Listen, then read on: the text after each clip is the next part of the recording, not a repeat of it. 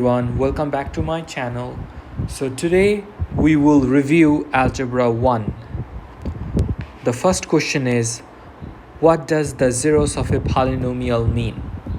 I will give you 10 seconds to think about the problem.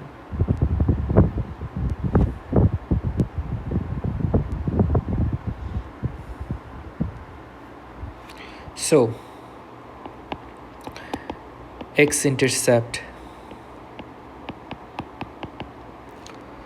roots, solution, solve the zeros of a polynomial,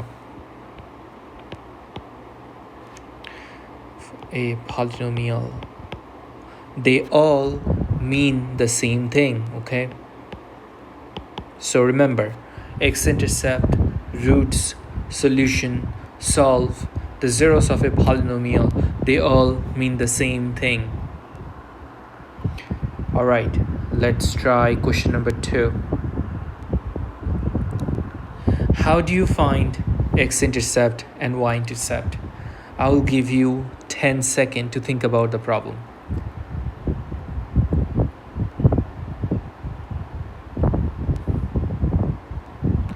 So x-intercept, your y value must be equal to 0. And your y-intercept, your x value must be equal to 0. Okay? X-intercept, y is equal to 0. Y-intercept, your x will be equal to 0. Let's take a look at question number 3.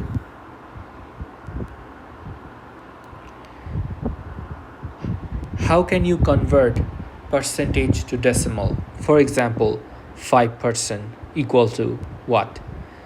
I will give you 10 seconds to think about the problem.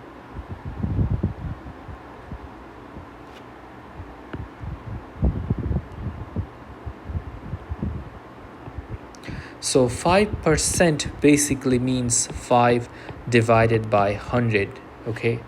Which is equal to 0.05.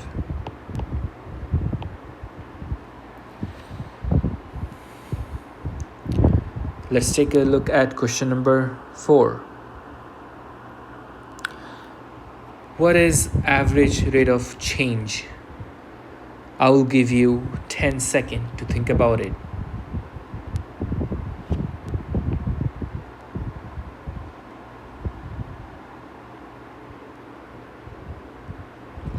Whenever I see that word, average rate of change, the first thing that comes to my mind is slope.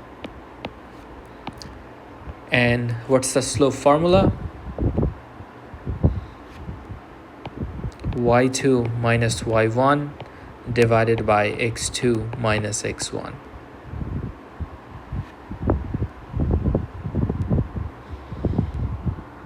Let's take a look at question number 5. What do you know about linear equation? I'll give you 10 seconds to think about the problem.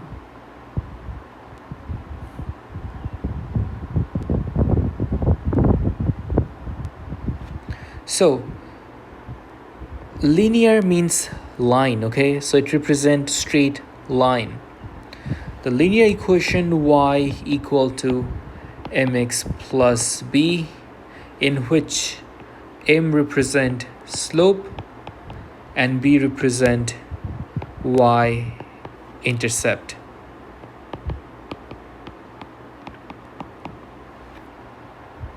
Okay. Let's take a look at question number 6. What is the difference between exponential growth and exponential decay? Today we're going to focus on the formula.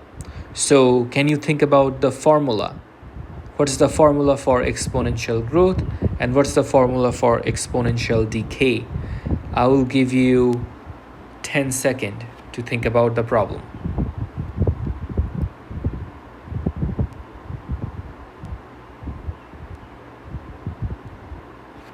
So the exponential growth formula says a equal to p 1 plus r raised to the power t.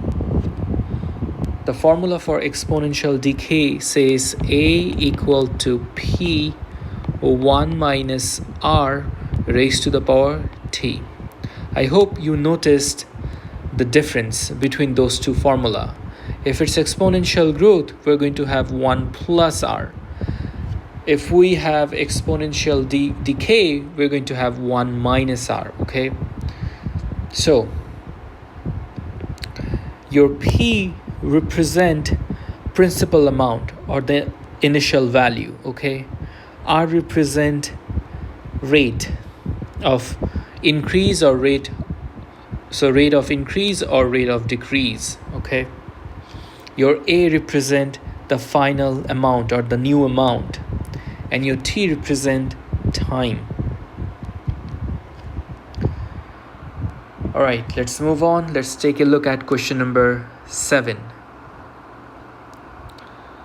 So can you solve for y if you have negative 2 times y greater than negative 4? I will give you 10 seconds to think about the problem. You can also pause the video and solve the problem.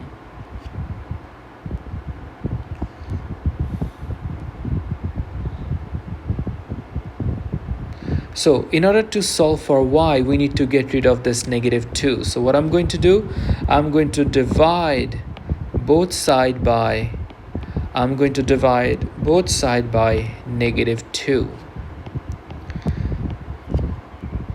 However, whenever you divide inequality by a negative number, make sure you change the sign, okay? So greater than sign, we will change it to less than sign.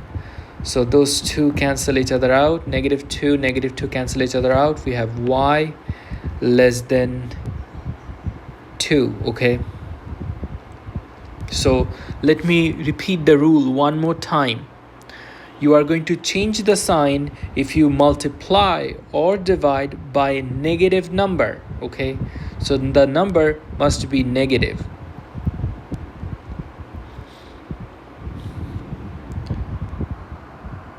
Let's do question number 8. What do you know about function? I will give you 10 seconds to think about the problem.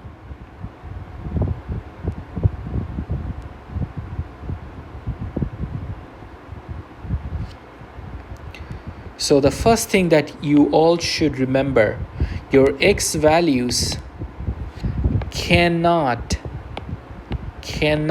repeat, okay? You can also apply the vertical line test. The vertical line test.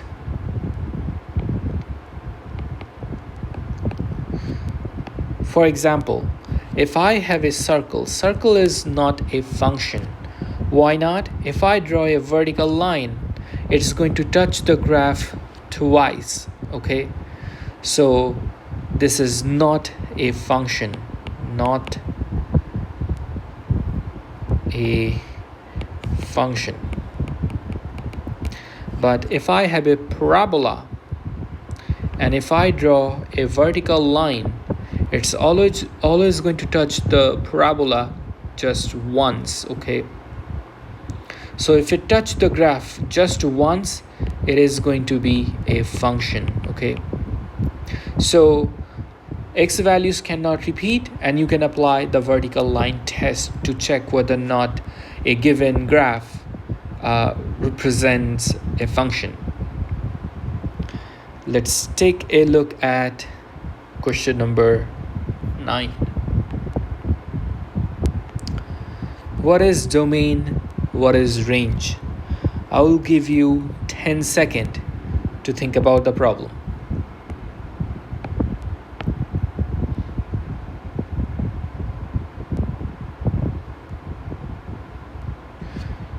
So domain, all the possible x values. What is range? All the possible y values that your function take. Okay.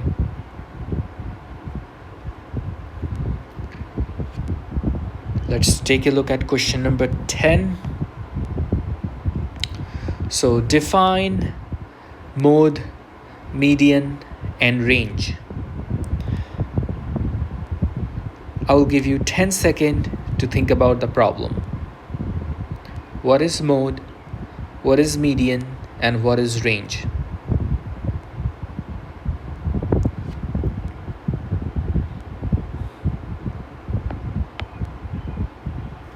So mode, the number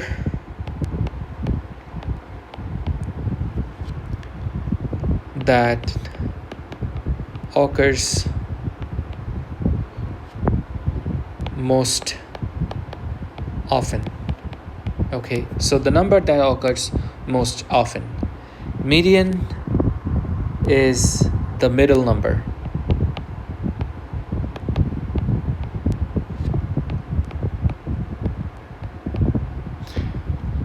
And the range is the difference between the greatest number and the lowest number. So greatest number minus lowest number. All right, so the greatest number and the lowest number. Okay, so for example, if you have 1, 2, 3, 4, 4, what's going to be mode? The numbers that occurs most often. So for this specific problem, the mode will be 4. Okay. Median, the middle number. As you can see, for this specific problem, the median will be 3. Range is the greatest number minus the lowest number. So range will be 4 minus 1, that's going to be equal to 3.